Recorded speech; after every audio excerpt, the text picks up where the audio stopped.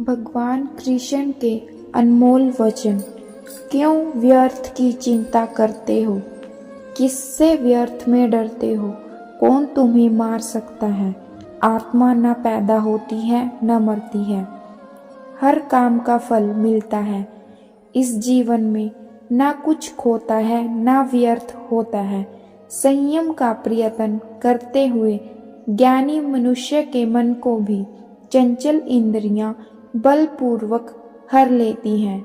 जिसकी इंद्रियां वश में होती हैं उसकी बुद्धि स्थिर होती है।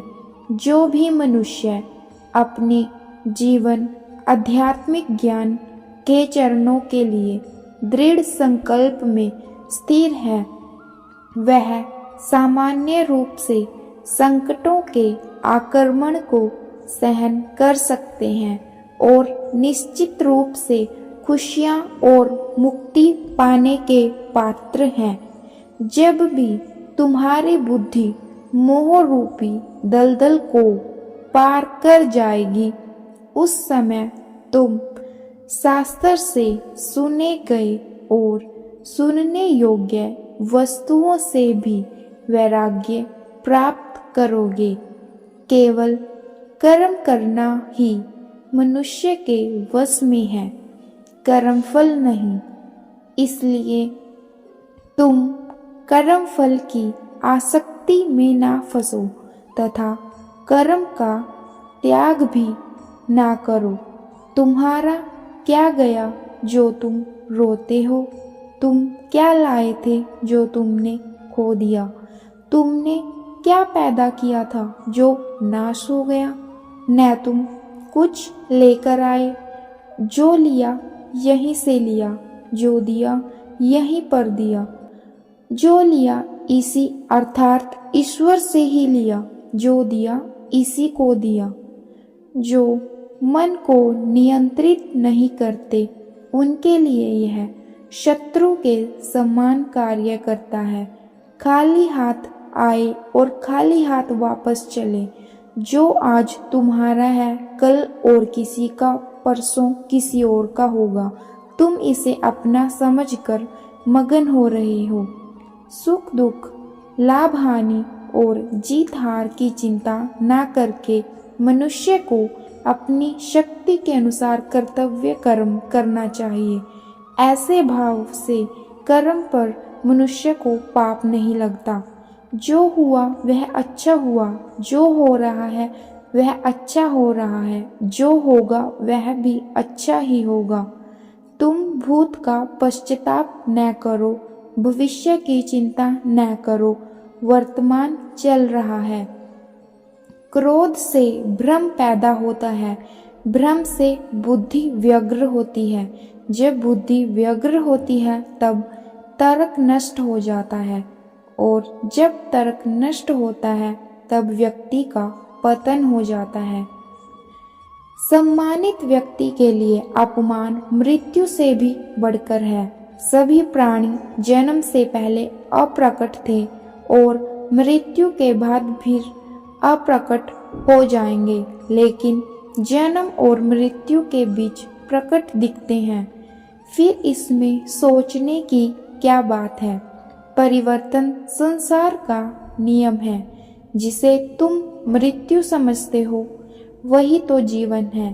एक क्षण में तुम करोड़ों के स्वामी बन जाते हो और दूसरे चरण में तुम दरिद्र हो जाते हो। शस्त्र आत्मा को काट नहीं सकते, अग्नि इसको जला नहीं सकती, जल इसको गीला नहीं कर सकता और वायु इसे सुखा नहीं सकती। आत्मा ना कभी जन्म लेती है और ना मरती है। शरीर का नाश होने पर भी नष्ट नहीं होता। आत्मा अमर है। जो लोग इस आत्मा को मारने वाले या मरने वाला मानते हैं वे दोनों ही नासमझ हैं। आत्मा ना किसी को मारती है और ना ही किसी के द्वारा मारी जा सकती है। जैसे मनुष्य अपने पुराने वस्त्रों को उतार कर दूसरे वस्त्र धारण करता है, वैसे ही आत्मा मृत्यु के बाद अपने पुराने शरीर को त्याग करने से ही प्राप्त करती है।